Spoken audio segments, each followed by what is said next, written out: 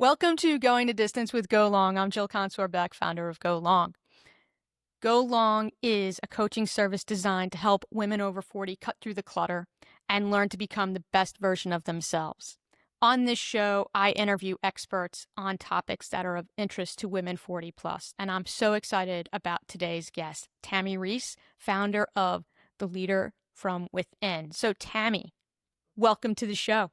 Thank you. I'm also a woman who is 40 plus. So Well, look at that. Fantastic. All right. So Tami, tell us how you got here. So I spent my career in tech companies, specifically in a strategy role called product management. And I did a lot of consulting. I did a lot of in-house work. My last W-2 sort of job was working within a consultancy that also was working for Insight Partners, which is a very large venture capital private equity firm. And I was working with their portfolio of companies, helping them do product and strategy and data better. And I loved it. I loved that job so much. But when that chapter was over, I said, I'm going to hang up my own shingle. And so I spent a few years as an executive coach working with leaders across the world, helping them be their best selves. And what I recognized was that the themes were the same over and over again very often. And more than anything, I was teaching them about influence. How do they influence their board? How do they influence the other executives? How do they influence their team? How do they manage their team? But influence is this key to unlocking everything. And as a person who spent her career in product management, which is known for influence without authority, I had a trick or two up my sleeve. But I recognized that there was more than executives that needed to learn this, and that the sooner someone learned this in their career, the higher they would rise. And so I started doing trainings for emerging leaders, for groups, for women groups, etc., so that we could all rise together. And that's what Leader Within's all about, because I believe there is a leader within everybody. And I believe that especially within organizations, there are leaders within the ranks that are ready to rise if they're only given the right tools. Yeah, I love that because I think that a lot of times you get very amorphous feedback and they do talk about influence, but they don't really demonstrate it in any way that is actionable. It's just like, oh, you know it when you see it or blah, blah, blah, blah. But a lot of times, I think for women in particular, the influence is because they've gone golfing together. Yeah. Right. And so that's how they're able to kind of build their influence collateral. Right. Yeah. I say it's a matter of building and cultivating relationships. And you're building, like, you're adding to your trust and confidence bank. And so that may happen on a golf course. That may happen when collaborating on a group process. That may be when you're helping other teams recruit because there's some sort of cross-functional interview process going on. But it's a matter of showing people that you can do things and either validating their positive assumptions about you or helping them build up more and more positive interactions around what it is that you can deliver. And that takes time. Yeah. So what advice would you have? Because you have some companies that are virtual, right? So there's not that in-person connection. There's not that like crosstalk at the kitchen while you're getting your coffee or heating up your lunch or anything like that. How do you recommend that people like try and build that base of influence with others when they're in a virtual world? So there's always going to be some sort of corporate committees for things. Right. Whether that's the culture committee, the hiring committee, the promotion committee, like the annual offsite committee, like there's some sort of culture committees going on. Join those, right? If there's a recruiting thing that's going on, join those. Think about where there are opportunities, where there are other people from teams that you wouldn't interact with very often that they're coming out, and it's the people who are giving of their time, right? When we give, we often get in return. And so it's a way of showing I'm a giver. I'm a giver and I want you to give back to me, but I'm going to be giving you first. And so I'm not going to take. I'm just going to give. And so finding those opportunities, because even though it's virtual, there are countless planning meetings that happen. Right? Yeah. And Like, if there isn't something, create something. Create a lunch and learn that's open to anybody. That you're all create a book club, join the Toastmasters, right? every company has these cross-functional social things that happen, even in the virtual space. Even And even so in an early stage startup. even an early stage startup.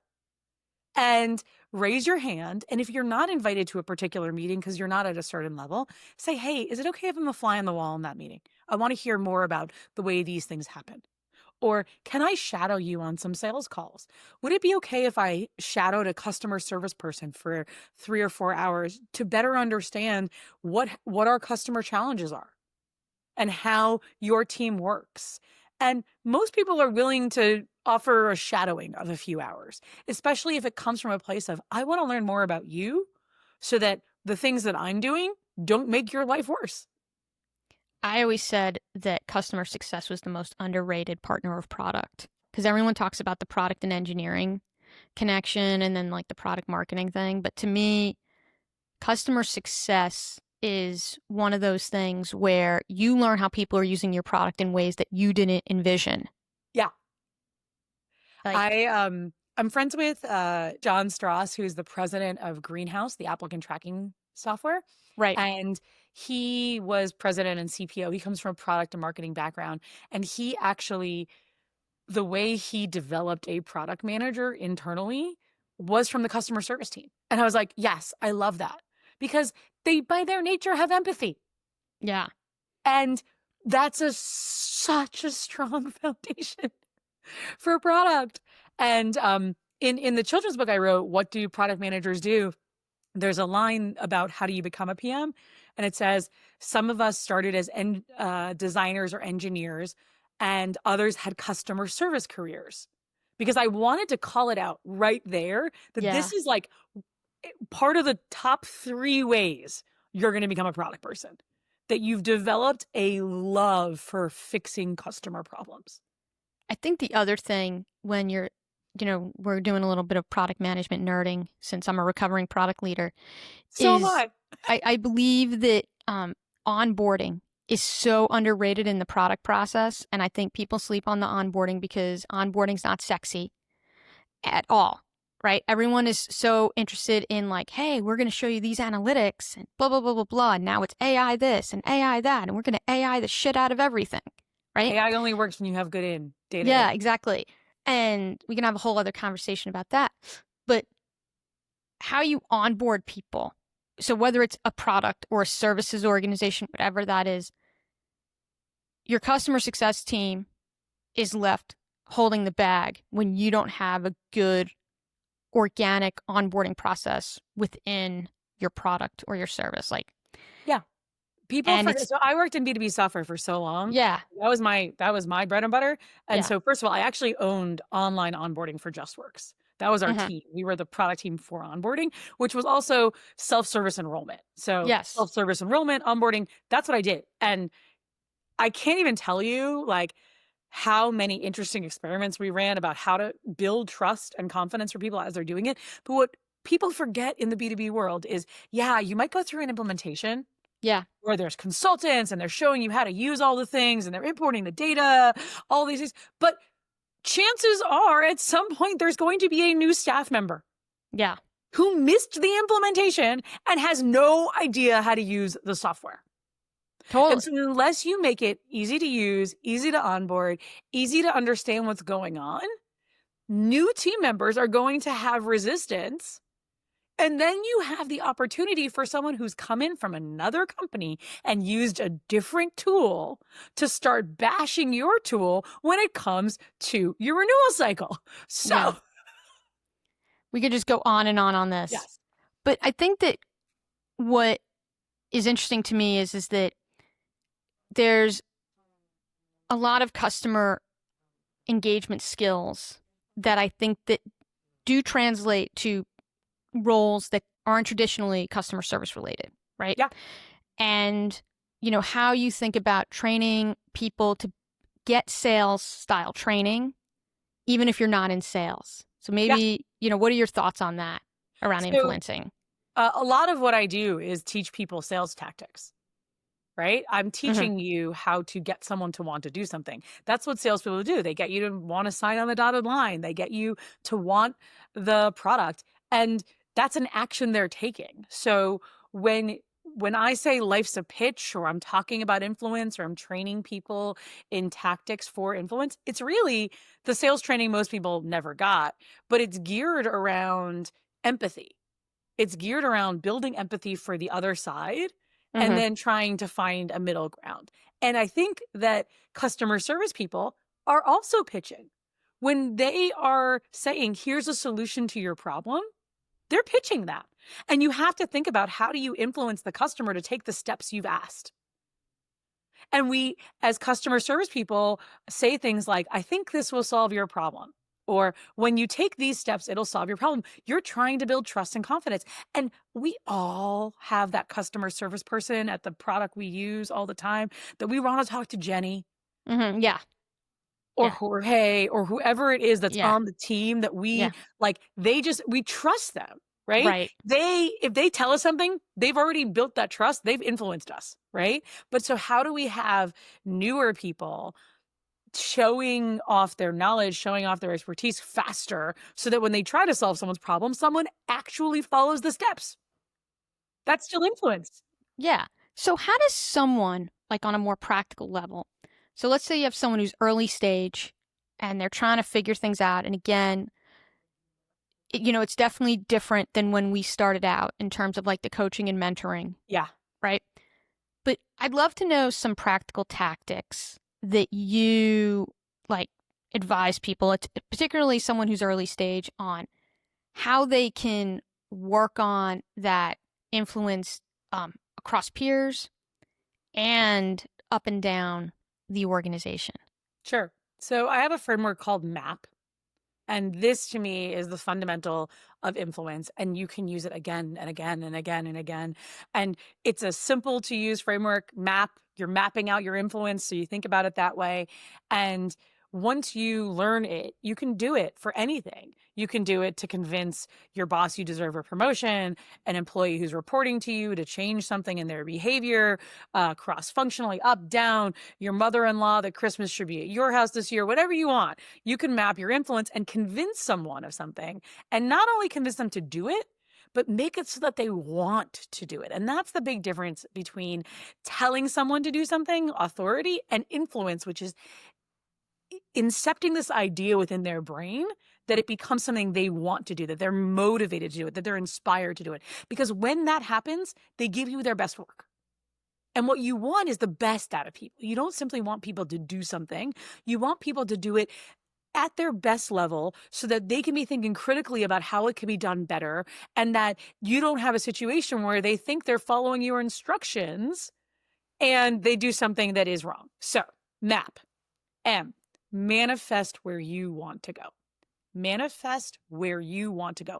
Draw out a picture. Have a vision of what this goal looks like, who's involved in it, and be able to describe it in detail. So the first thing always is knowing, where do you want to go? And being able to talk about it. Because when we can tell a story about something, it becomes much more tangible for somebody else. And so rather than saying, I need you to run this report, if you instead say, we want to get to a point where certain reports are automated so that anybody within the executive team can run them and look at the dashboards and slice and dice them as they want. This is the first step. I need you to run this report. They understand they're part of something bigger. And when they run the report, they might document what they're doing or something else because they understand the steps that come later. And so, or they might say, hey, we were pulling off of this database, but we should pull off this or anything, right? So when we give someone this larger picture of where we're trying to go, they can do their better work. They can do their best work. And so that's the M, manifest where you want to go. Then we have A, because we have map. A is assess where the other person wants to go. This is about building empathy. You have to be watching. You have to be looking at the other people and seeing, what are they doing? What are they talking about? What are their incentives? What are the kinds of questions they ask? What are they worried about? What risks do they like to mitigate? All of these sorts of things. And that takes a keen ear and a keen eye, because you're reading emails, you're seeing different instant messages, whether that's on Slack or Teams or whatever it is. Right. And you're you have to be this sponge of like bringing in information, almost like a social ethnographer of the people you work with, so that you better understand, okay, they have a quarterly cycle of this, or towards the end of the year with this, this is a different problem. And this team over here really cares about efficiency. And this team over here is really afraid of what happens if they get too many tickets because they're already underwater, or whatever else it is. And so assess where they want to go. Assess what's important to other people. What is their vision of this future? What problems do they want to solve? And then P, promote where you can go together. Always be promoting not what you want and not sycophantically like what they want, Right. but where can you go together? Right? Where can we have common ground where when we collaborate, when we work together, we reach a happy destination that both of us desire? And that can only be described when you understand both big pictures and where there's overlap. I think that when you were talking about this 3-step process, this framework, I was thinking about like the illusion of choice and how important that is. Right?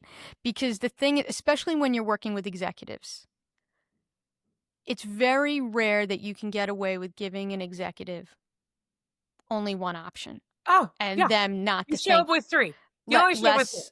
Yeah, like it's very rare that you can get away with, and if that's the case, the company has a lot of problems, right? Yeah. If you only have one option, truly one option. And so maybe you could talk a little bit about that, Sure. rule of threes. As my friends in marketing always say, it's like the rule of threes. I was coaching an executive director at a nonprofit once, and she was looking to hire a vendor of some kind. And I said, okay, just get 3 quotes. And she said, I don't know what you're talking about. And I said, 3 quotes. You need 3 quotes. Like you need 3 quotes from vendors.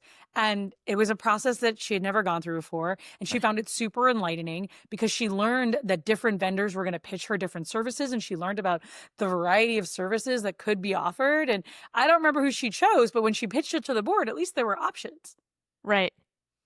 So optionality, people love to make choices. Small children love to make choices, and it's a sense of control. We like having a sense of control, and executives are ones that like to make decisions and have control. So if you bring anyone, whether they're an executive or even someone who reports to you, just hey, here's what we're going to do. No background, no manifesting of where we're going here, right? No promoting of where we can go together by understanding what their goals are. Right? You're not even positioning it correctly. You're not going anywhere. People are like, what's going on? Why are you telling me about this? Where am I engaged? People love having choice. So when you say instead, hey, I would like to be in a situation where our monthly meeting is more efficient and that everyone gets more out of it, that afterwards people feel informed about what's happening. And I know it's a really expensive meeting that we have, 50 people on the phone together and get agreement, right? Executives like, oh yeah, that's it. Yes, agreed. I want that to be effective. And I think people should be walking away with this sort of vibe. What are your thoughts on the vibe? Like that assessment of like, what is their goal out of this meeting? Right. And then you can say, I believe, or anything else like there's a great idea that was pitched to me, or ask a question. My favorite way of doing this. What do you think would happen if we change the agenda in this way? Just ask. What would happen if you change the agenda in this way?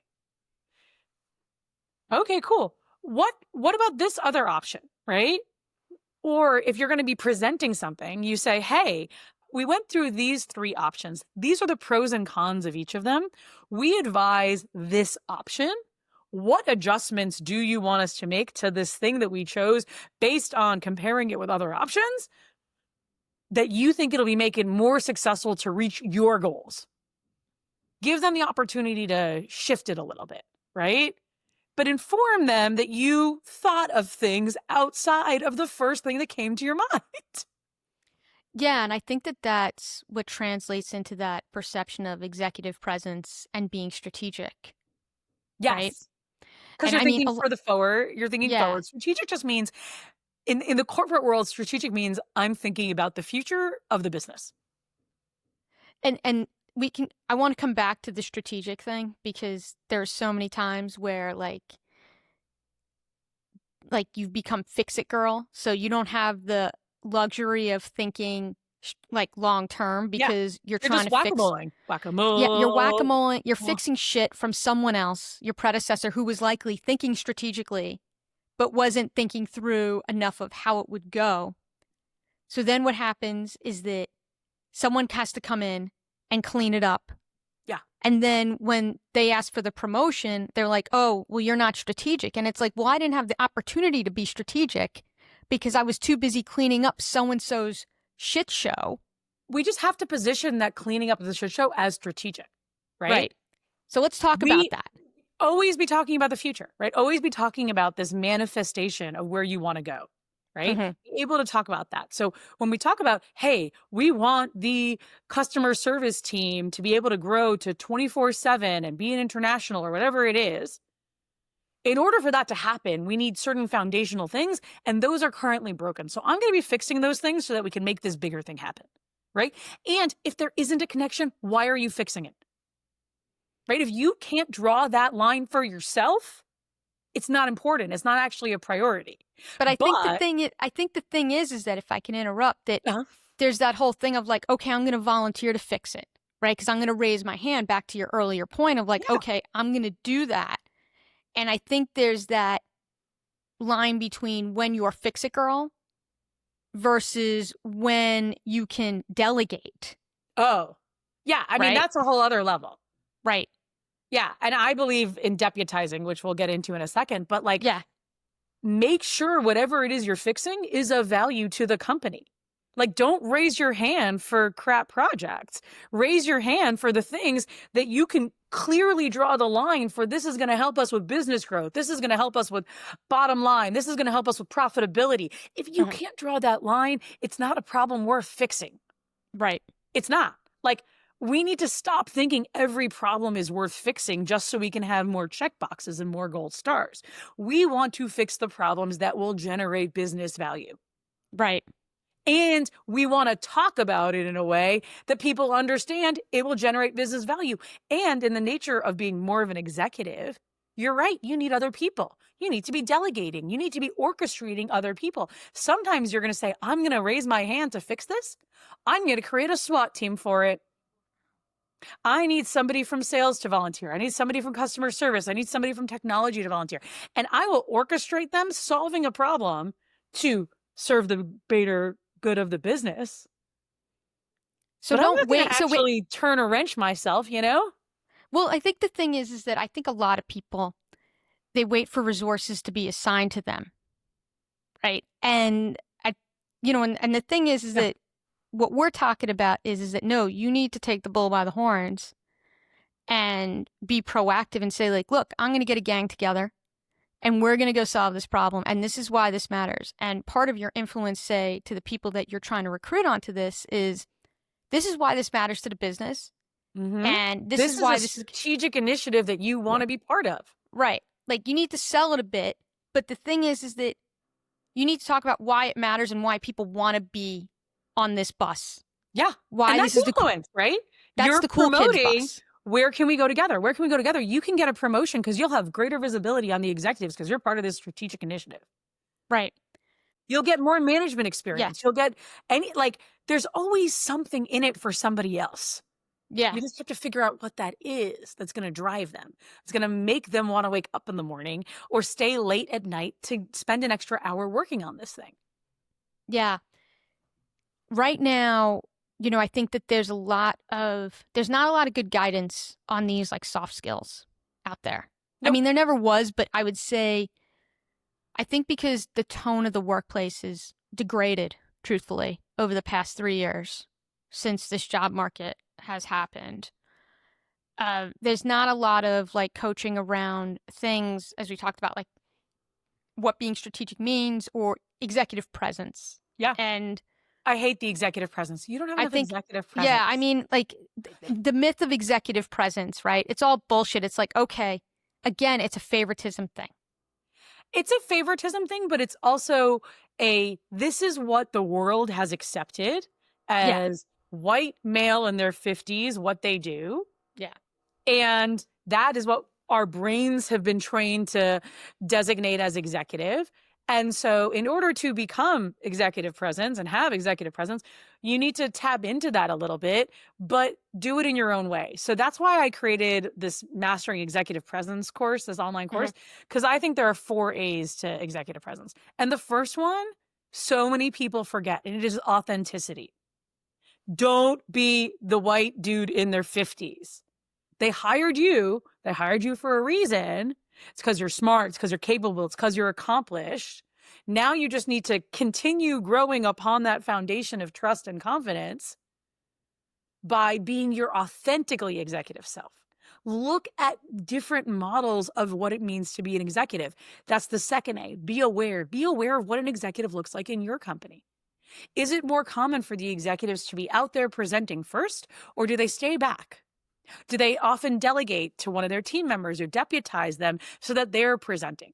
Do they often only say something after all the voices have been heard? Are they writing memos? How do they interact in those online Slack or Teams channels? All of these sorts of things you have to be aware of so that then you can choose how do you authentically bring it. And that's the third A, adaptability. Third A is adaptability. How can you change what you're doing in an authentic way based on the interaction you're having with the board, your CEO, your peers, the person who reports to you, the new intern, the person at the front desk, the new admin, whatever it is? How can you show yourself as executive in that moment based on what you feel is executive and is authentic to you, and what you've seen other people do? And so that's where you have this adaptability and you read the room, right? You have to understand where you are. Are you in an organization where executives send agendas beforehand, or they just surprise people? Right. And then the last 4 is what you think of as executive presence, which is authority. How do you show that you are the authoritative voice on something? And that's a matter of building trust, but it's also a matter of being confident in what you're saying. If you're not confident in what you're saying, no one else will be either. I cannot tell you how much I want to like punch through the screen sometimes when I hear people say, well, it's kind of this, and I sort of did that. You either did it or you didn't. It either is or it isn't. Yeah. That wishy-washiness doesn't come off as an authority. And you have to do authority in your own way. That's the authenticity piece. Based on the organization you're part of, that's the awareness, the adaptability. But you still have to come off as confident in your own message. There's something that I'm constantly working on just in my normal speech. And it's saying, like, I think this is happening as opposed to this is happening. Yeah. Earlier I said, I believe, like, this is the way forward. Yeah, similar. And I was like, no, I wouldn't say it that way. Like, hey, we have these options. This is the strongest option. It's a verbal tick of mine where I will say something like, I think, as opposed to, no, this is my perspective on this. But I love the 4 A.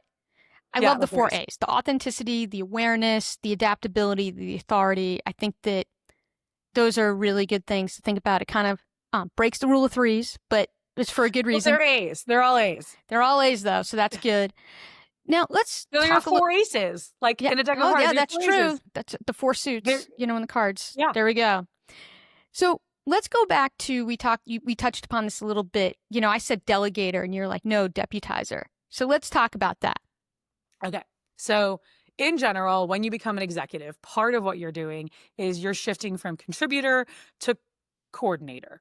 You're shifting from doer to delegator, meaning that you're giving out tasks. You're not only going to do that. And you're shifting from operator to orchestrator, right? Think about that as executive, because executives run teams. They cannot do everything themselves. They recognize that there are certain things they should not be doing. They should really only be doing the things that only they can do. Setting the strategy, having meetings with other executives, creating partnership opportunities, whatever that is that your executive role is, that's what you're supposed to do, because no one else can do that. There are lots of other things you used to do that you're capable in. You can do them, but you are not supposed to do them. And that is the stuff you're supposed to delegate, give to other people.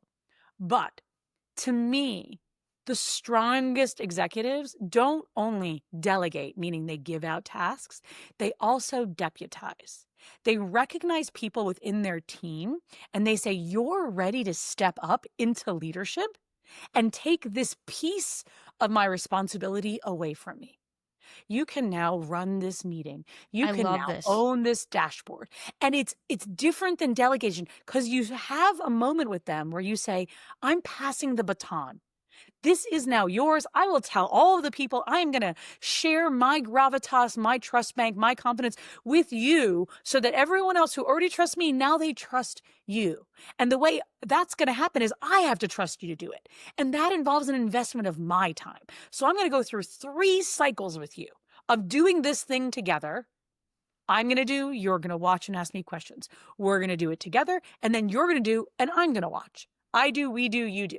We're going to go through 3 cycles. I'm going to invest a good amount of time in you so that when I pass the baton, when I deputize you as the new owner of this thing, you don't have to come to me for questions anymore.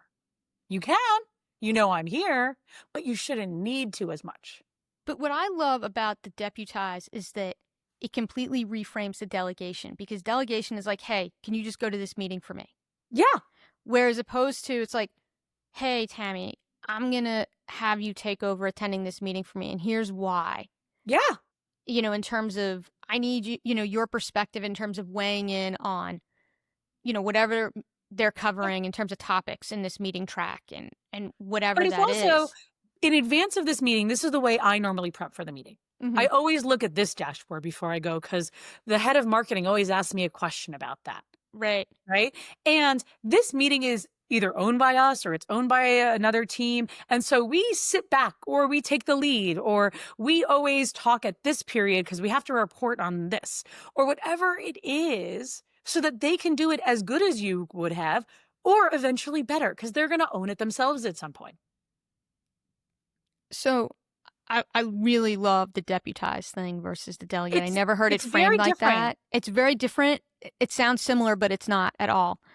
And how it The can make mindset someone is different. but it also how it makes someone feel.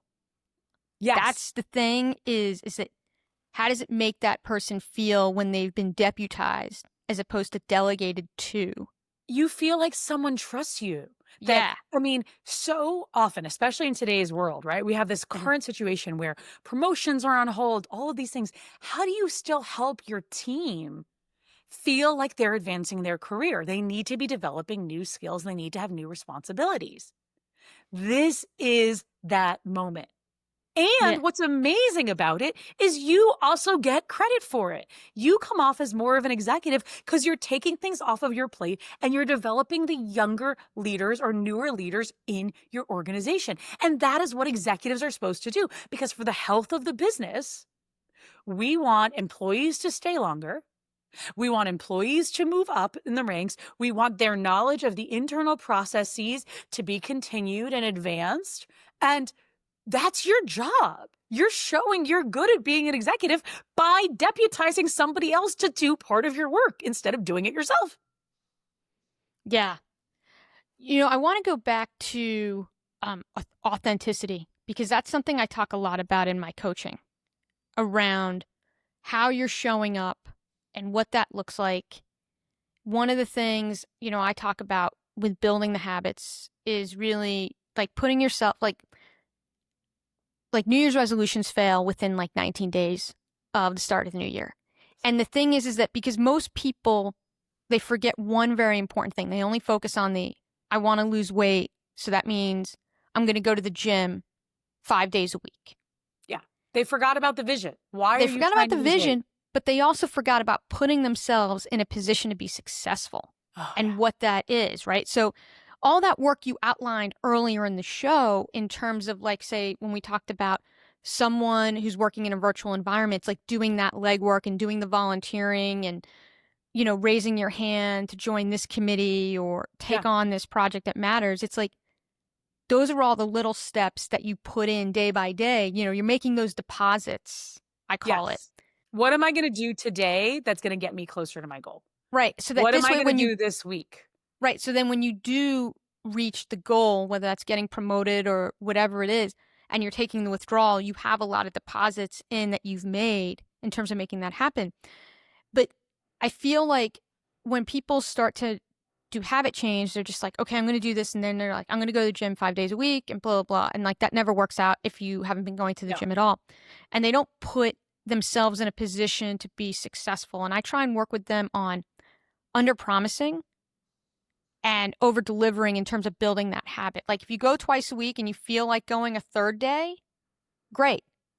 But all right, so the you goal, ready for my executive habit? yeah, let's go for your, let's go. Yes, give it to me. And you don't have to do it every time, but the more you do it, the better it'll get.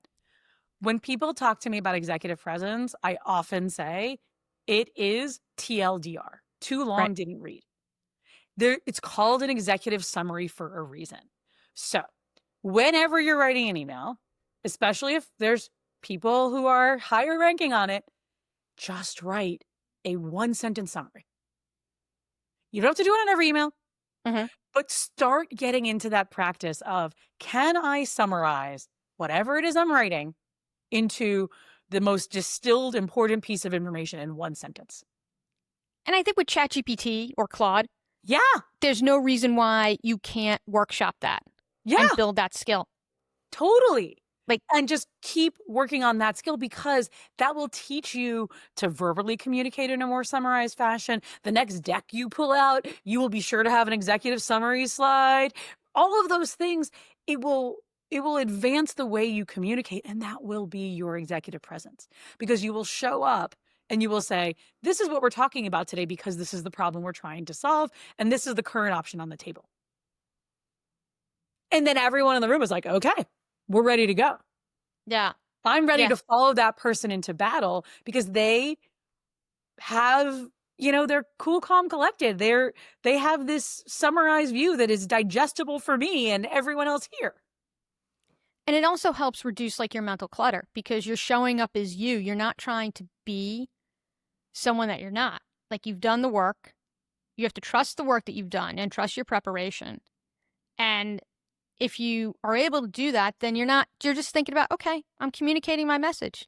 Like, sorry, I love that you said trust the preparation, because so often when I was working with people who were transferring from like being a senior director role to a VP or VP to CPO. Yeah.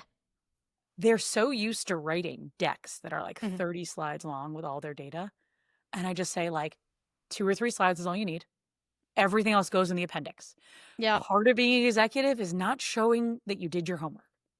You're supposed to have people trust you that you did your homework, or that your team did their homework and you summarized it and you read it and you double checked it in a way. So if someone asks you a question that you think they're going to that involves that graph on slide 27, go to the appendix at that moment and say, oh yeah, that's in the appendix.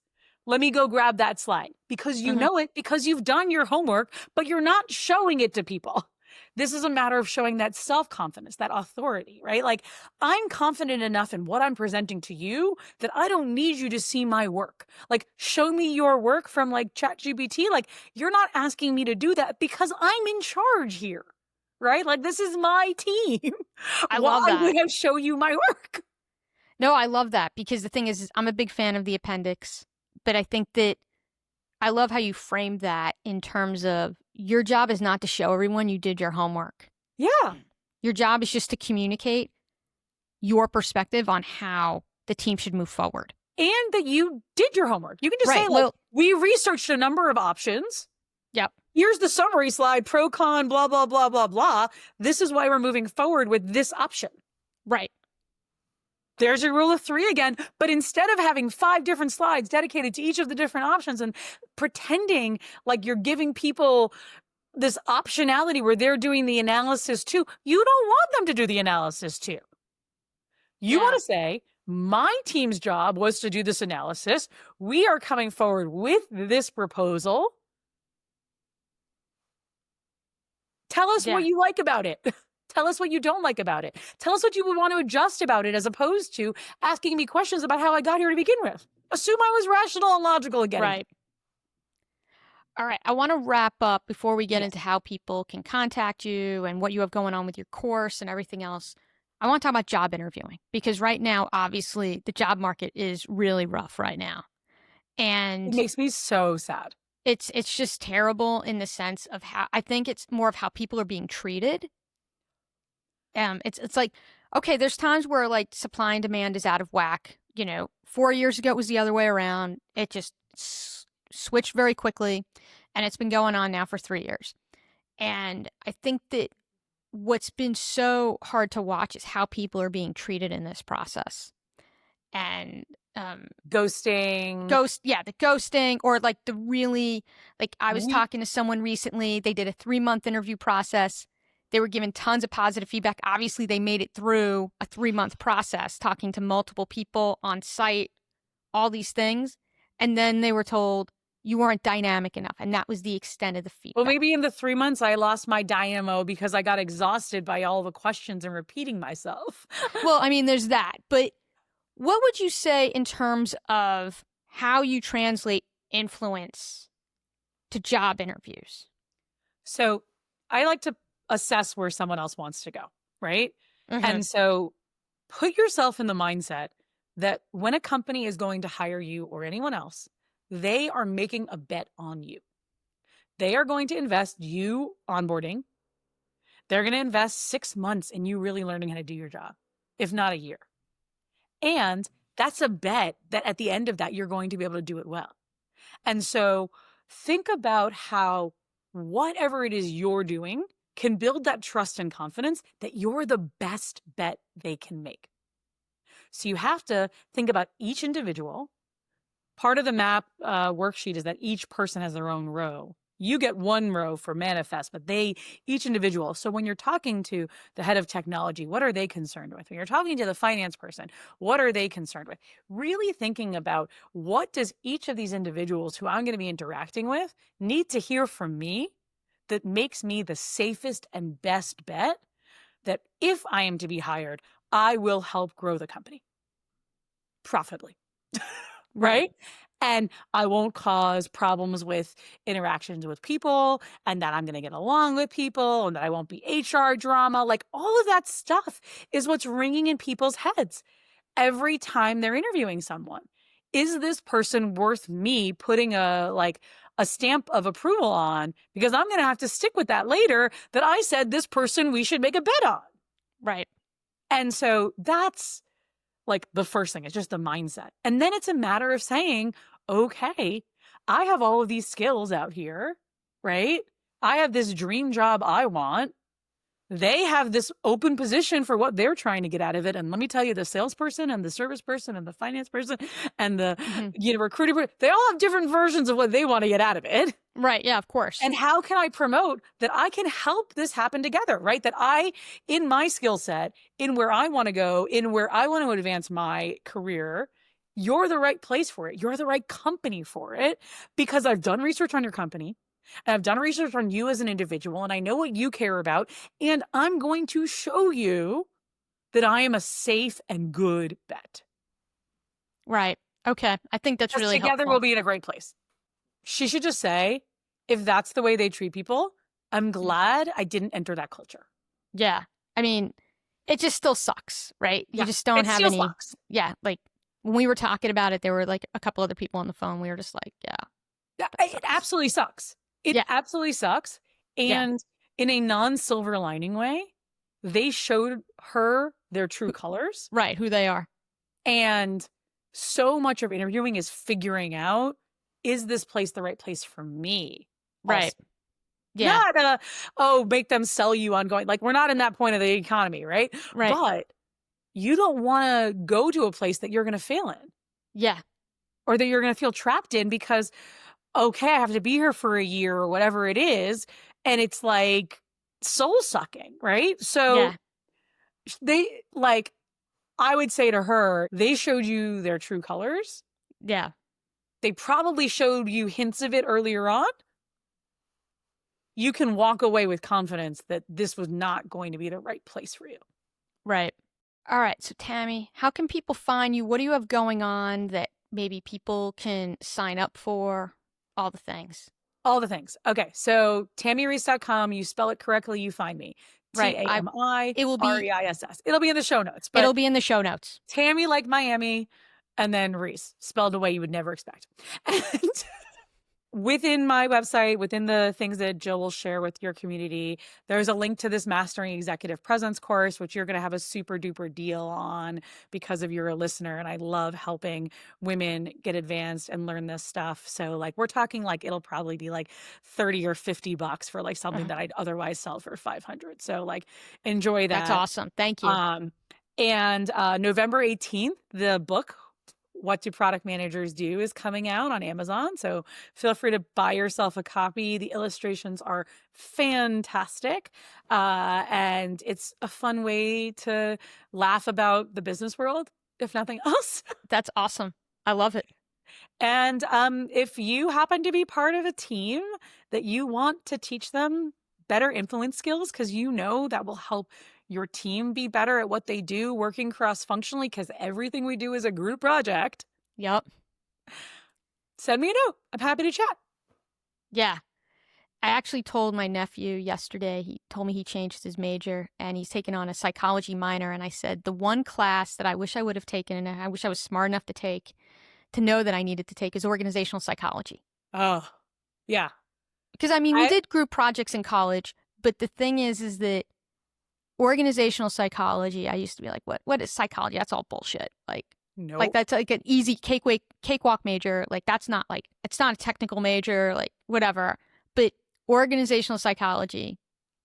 Yeah. My best friend who is like a CRO sort of person, she has her undergraduate in business administration stuff, and she went back and got a master's in organizational psych. Yeah. Now, are you on LinkedIn? You're on LinkedIn, obviously. I am on LinkedIn. Any other socials that people can find you on?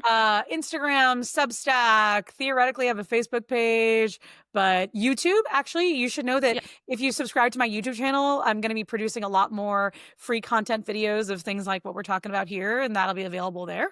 So all right, great. We will link to all of that. Tami, I want to thank you for coming on the show.